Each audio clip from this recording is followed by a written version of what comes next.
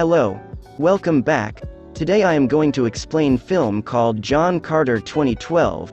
Watch out, spoiler ahead, and I hope you enjoy the video, so let's get started.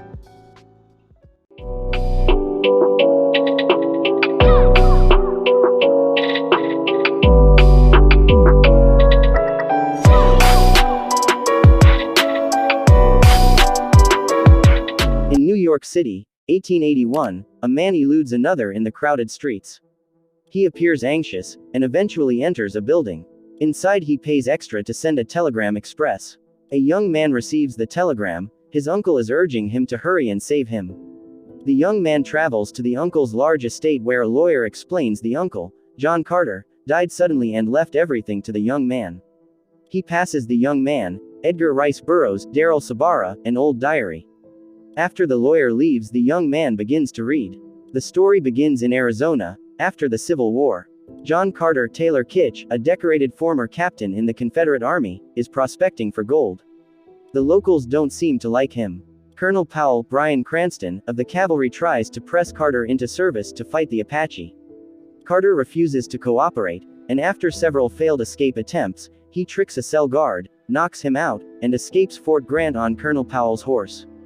Powell and the rest of the cavalry give chase but are forced to halt when they see that Carter has met up with a mounted Apache war band.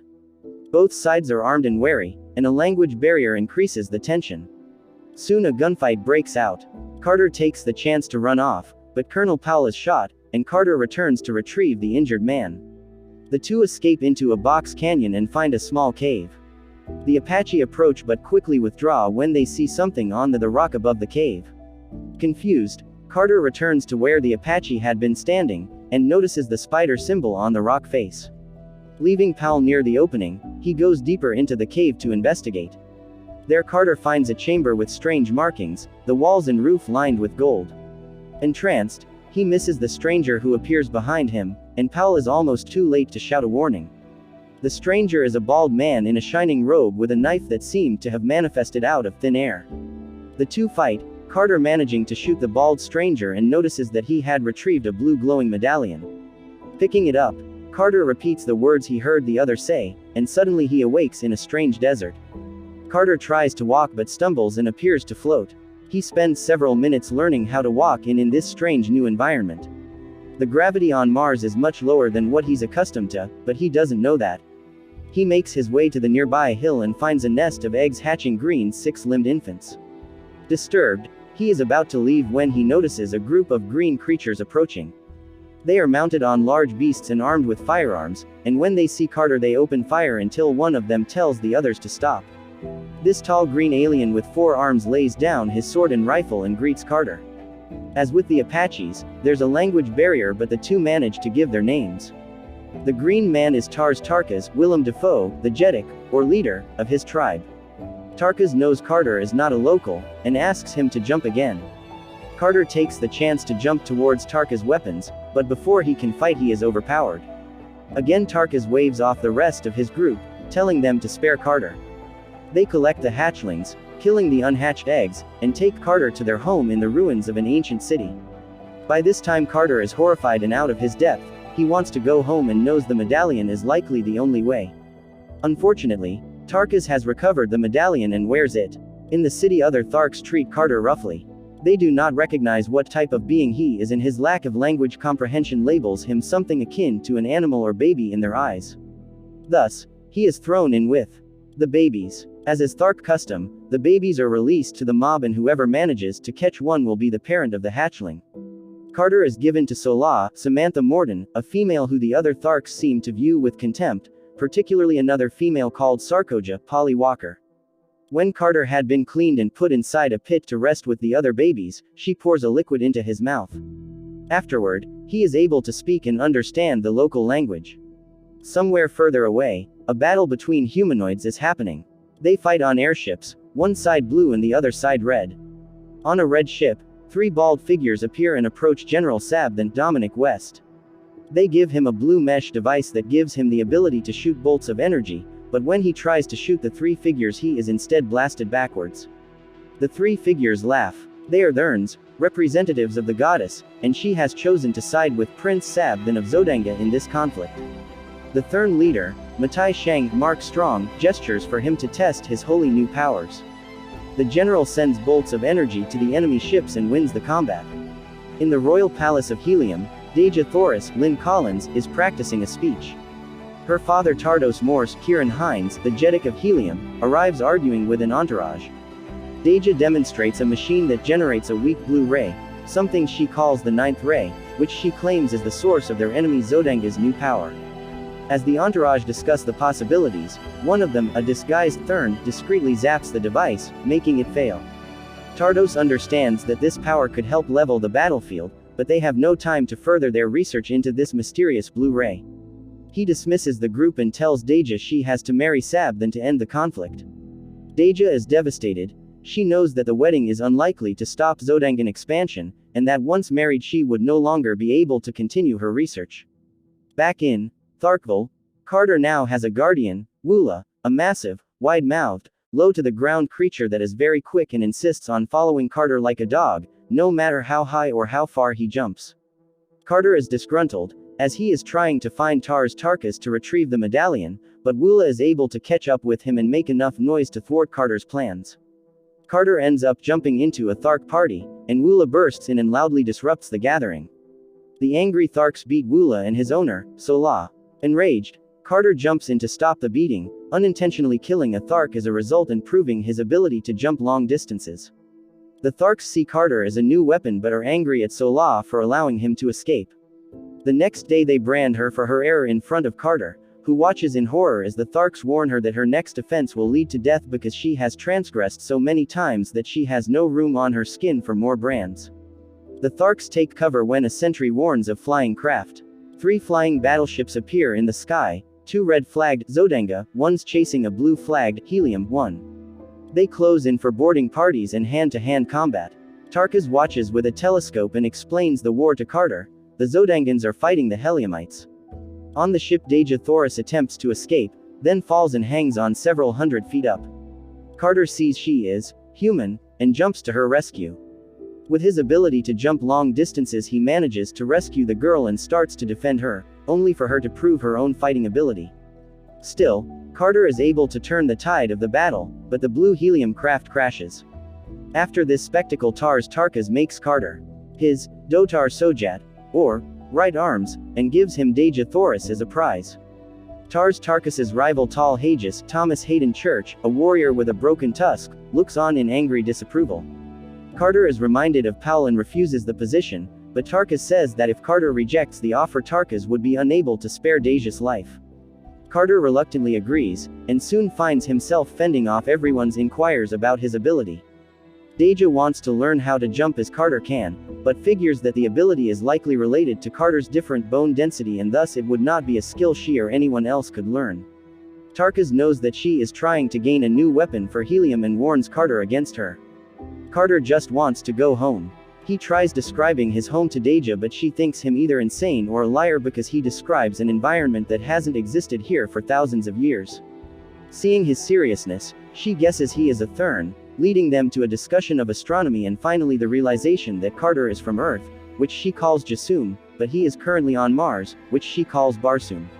If there is indeed a way of traveling between the worlds the Tharns will likely know the answer.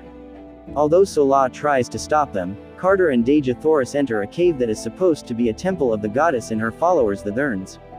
Deja reads some ancient markings, but before they can proceed the 3 are arrested by the Tharks for going into the temple.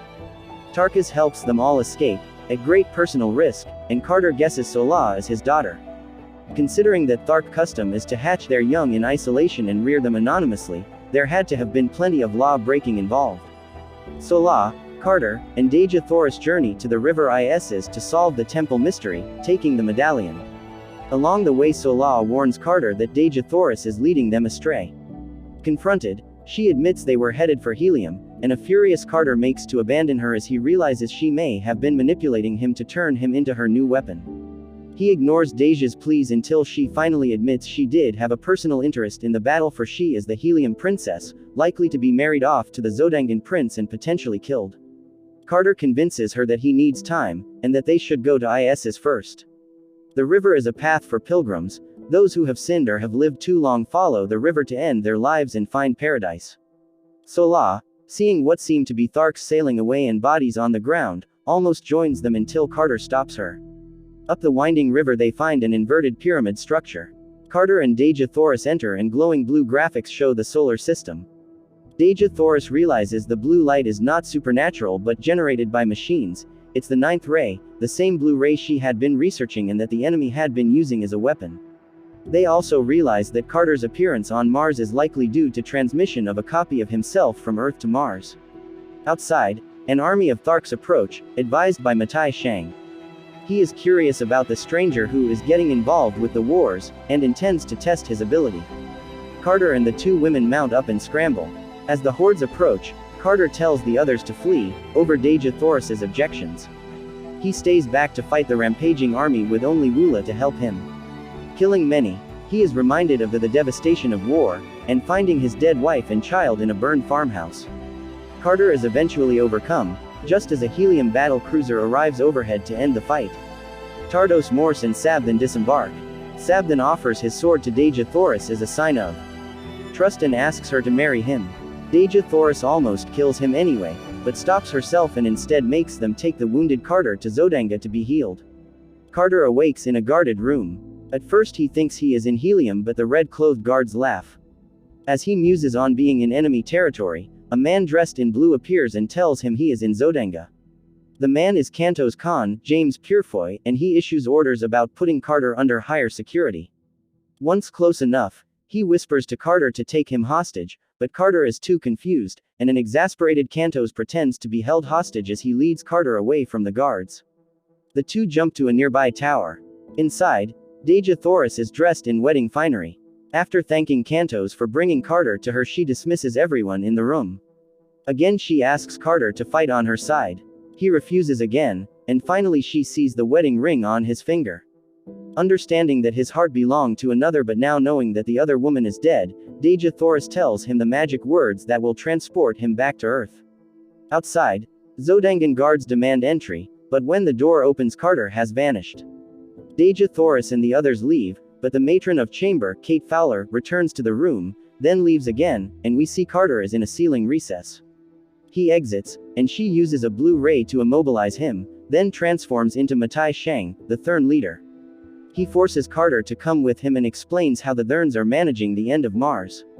Caught in a wedding procession traffic jam, Matai Shang changes into a Zodangan officer, Darwin Shaw, and leads Carter outside. Then Shang changes into an elderly woman, Eileen Page, as they watch Deja Thoris being paraded down a street. Almost lightly, Matai Shang tells Carter that after the marriage Deja Thoris and anyone else who knows about the ninth ray will be killed. Suddenly Wula arrives in a flurry, manages to disable Shang's restraint, and Carter escapes on the light flyer. After a hair-raising chase, he crash lands close to Sola. Knowing he is unable to challenge the Zodangan military or the Thurns by himself, he decides to return to Tharkville and ask for their help. Carter and Sola arrive safely but the Tharks throw Carter in jail, where he finds an imprisoned Tarkas, also in chains. Tarkas tells Carter that he had been overthrown by one tusked tall Hages. Tarkas is furious when he learns that Carter brought Sola back, and would have killed him were not for the fact that he had been beaten and drastically weakened. The prisoners are then taken to a large coliseum and made to fight first one then a pair of giant white apes. Sola causes a distraction in the stands, which allows Carter to kill first one then the other beast. As the Tharks cheer for him, he challenges Tal Hages for the role of Jeddak. Carter beheads him with one neat stroke. Now the Jeddak of the Tharks, he has an army willing to fight for him. He leads them back to Zodanga to stop the wedding. On arrival they find the city empty, everyone has gone to helium. An unimpressed Tarkas slaps Carter upside the head, since there is no way they can make it to the wedding in time. Carter points to the airships but the Tharks refuse, so he takes off by himself in a light flyer. Zodangan guards spot him as he approaches, but as he's flying a Zondangan aircraft, they assume he's part of their plan and let him pass. As the wedding ceremony is about to finish, Carter crashes in. Deja Thoris is thrilled to see him but it is too late as the signal had been cast. Zodangans begin attacking the Heliumites, and once again Matai Shang and his blue ray seem unstoppable. Suddenly a huge light cruiser crashes in two, and the Tharks disembark to follow their leader. They join the Heliumite army and fight off the Zodangans. Matai Shang escapes, but Carter recovers the medallion. During the fight, Sabthan is killed by the blue device he so dearly loved. With the immediate threat of Zodanga gone and now knowing where his heart is, Carter takes his wedding ring and asks Deja to marry him. She agrees and both Helium and Thark rejoice. That night Carter is restless and steps out of the room. He tosses the medallion into the canyon below. As he returns to the bed chamber, the guard thanks him, and reaching out, grabs him and shifts into Matai Shang, to send Carter back to the cave in Arizona. Carter wakens stiff, dusty and bearded. The colonel is but a skeleton, and the gold and the Thurn body are gone. Carter's narrative continues, as he realizes there must be other Thurns on Earth, and spends the next 10 years looking for another medallion. He appears to find something in the Orkneys. He prepares a crypt on his estate so he can return to Mars and leave his body safe on Earth. Nephew Edgar is to be entrusted with keeping him safe because it is likely that the Thurns are going to attack his body, perhaps right at the moment when Edgar is reading the journal. Horrified, Edgar runs to check the crypt, not knowing he is being followed. After a few tense seconds he figures out the password to enter and opens the door, but the crypt is empty. A Thurn appears behind Edgar, and is about to kill him, but is shot dead. Edgar turns around to see Carter outside holding a gun. Carter explains he took a drug that made it appear that he was dead, and Edgar realizes he was simply bait to draw out a Thurn and enable Carter to obtain the medallion he needs to go back to Deja Thoris. Carter corrects him, saying that Edgar is indeed going to play a very important role, protector of Carter's body on Earth as he returns to his true home, on Mars. Taking the medallion from the dead Thurn, Carter goes into the crypt, lies down and recites the phrase to return to Barsoom.